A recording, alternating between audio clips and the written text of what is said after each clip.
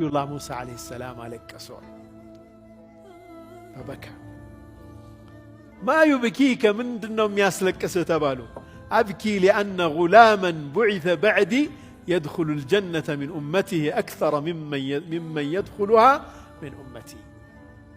ከኔ በኋላ የተላከው ይህ ሰው በእድሜም ከኔ ያነሰ ሆኖ፣ ይህ ጉላም የሚለው ለማሳነስ አይደለም ይላሉ። የአላህን ትልቅነት አላህ ፈድሉን እንዴት ሊሰጥ እንደሚችል ለማሳየት ነው።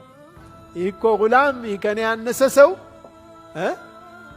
ከኔ በኋላ ተልኮ ግን ከኔ ኡመቶች የበለጠ ነው ጀነት የሱ ኡመት የሚገባው።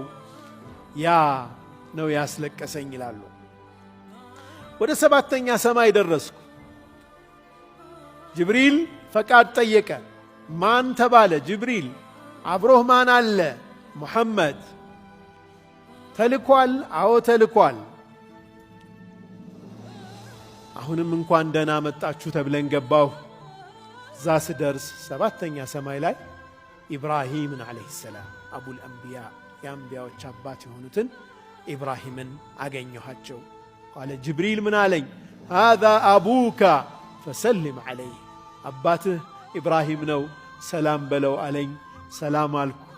ነቢዩላህ ኢብራሂምም መርሐበን ብልኢብን ሳሊሕ ወነቢይ ሳሊሕ፣ ሳሊሕ የሆነው ደግ የሆነው ልጄ፣ ደግ የሆነው ነቢይ እንኳን ደህና መጣ አሉኝ። ከዛም ወደ ሲድረተል ሙንተሃ ተጠጋው። ሲድረተል ሙንተሃ ዛፍ ነች።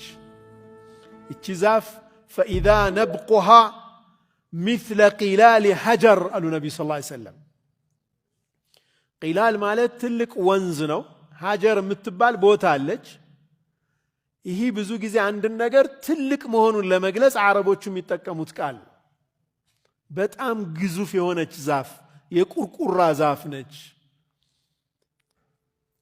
ፍሬዋ በጣም ትልልቅ ነው፣ ግዙፍ ነው አሉ ነቢ ሰለላሁ ዐለይሂ ወሰለም።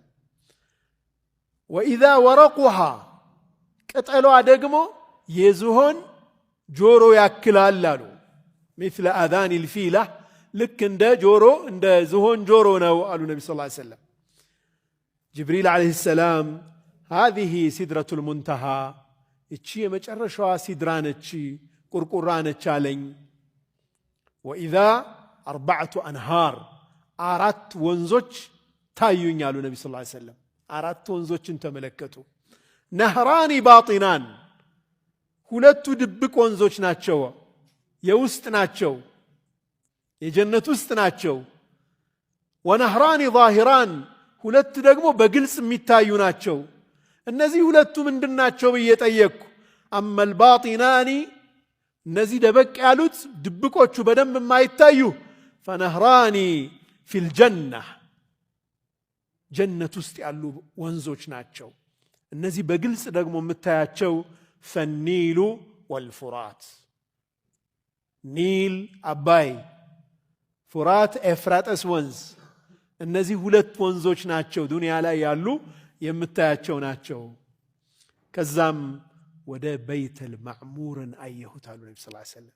በይተል ማዕሙር ማለት መላኢኮቹ ዒባዳ የሚያደርጉበት፣ እኛ ካዕባ ምድር ላይ ዒባዳ ቦታ እንደሆነው የመላኢኮቹ ዒባዳ ቦታ ነው በይተል ማዕሙር።